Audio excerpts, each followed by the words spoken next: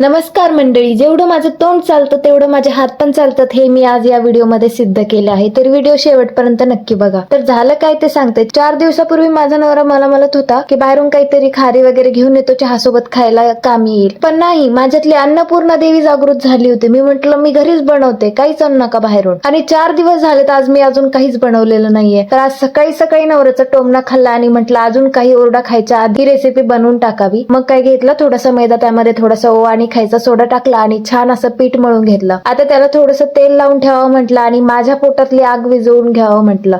तर पोटात आग होती ती उन्हाळ्यामुळे आणि त्यासाठी बेस्ट उपाय आहे ते ताक पिणे. आता गपचूप ताक पीत बसायचं ना, माझ्या डोक्यात अजूनच काहीतरी आयडिया चालू होती. टेस्ट करायला ठेवलेल्या उंड्याचे 2 गोळे बनवले आणि एकाला व्हाईट ठेवला आणि एका याच्यामध्ये डायरेक्टली ग्रीन फूड कलर टाकून दिला. आता हे मी आधीच करायला पाहिजे होते, पण आयडिया नंतर डोक्यामध्ये आल्यामुळं आता करावं लागतं. तर त्यामध्ये कलर मिक्स केला, थोडंसं पाणी टाकलं आणि चांगलं मळून घेतलं. आता तो कलर काय त्यामध्ये व्यवस्थित मिक्स झाला नव्हता, तरी म्हटलं चला ठीक आहे, बस झालं एवढंच. आता त्यानंतर ग्रीन कलरचे 2 गोळे बनवून घेतले आणि व्हाईट कलरचे 2 बनवून घेतले. त्याआधी म्हटलं मैद्याची थोडीशी स्लरी बनवून घ्यावी, तर मैदा आणि तेल एकत्र मिक्स करून छान अशी स्लरी बनवून घेतली. आता सगळ्याच मैद्याच्या चपात्या एक एक करून मी लाटून घेतल्या आणि त्यावर स्लरी लावत एकमेकांना चांगलं चिटकवून घेतल्या. आता याला परत एकदा लाटून घ्यायचं होतं आणि हा उंडा एवढा मोठा वाटत होता ना की मला नाही वाटत या पोळपाटावर लाटता येईल म्हणून, तरी लाटून बघत होते आणि बघा मी म्हंटल तसंच झालं होतं. पोळपाट छोटं पडलंय आणि उंडा जाड झाला होता. त्यामुळे मग काय लावला थोडासा जुगाड आणि मोठी परात घेतली आणि त्यावरच लाटून घेतला. आता याचे चांगले काप तयार करून घ्यायचे होते खारीच्या साईजचे. आता काप कट करून घेतले आणि तेल गरम करून त्यामध्ये तळून घेतले. 5 मिनिटांमध्ये खारीची रेसिपी तयार होते. एवढे दिवस लागले करायला, कदाचित माझ्या नशिबातच असेल नवऱ्याचा ओरडा खाणे. तर फायनली रेसिपी तयार झाली होती आणि दुपारी ते पण घरी आले होते. लगेच चहा बनवला आणि मी त्यांना खायला दिला. बघताय ना कशी स्माईल आली चेहऱ्यावर. बस भाई, सार्थक झाले या रेसिपीचं एकदाच. चला तर आज पुरते एवढंच. भेटूया नेक्स्ट व्लॉग मध्ये. तोपर्यंत फॉलो करायला विसरू नका आणि व्हिडिओ सेव्ह करून ठेवा, रेसिपी कामात येईल.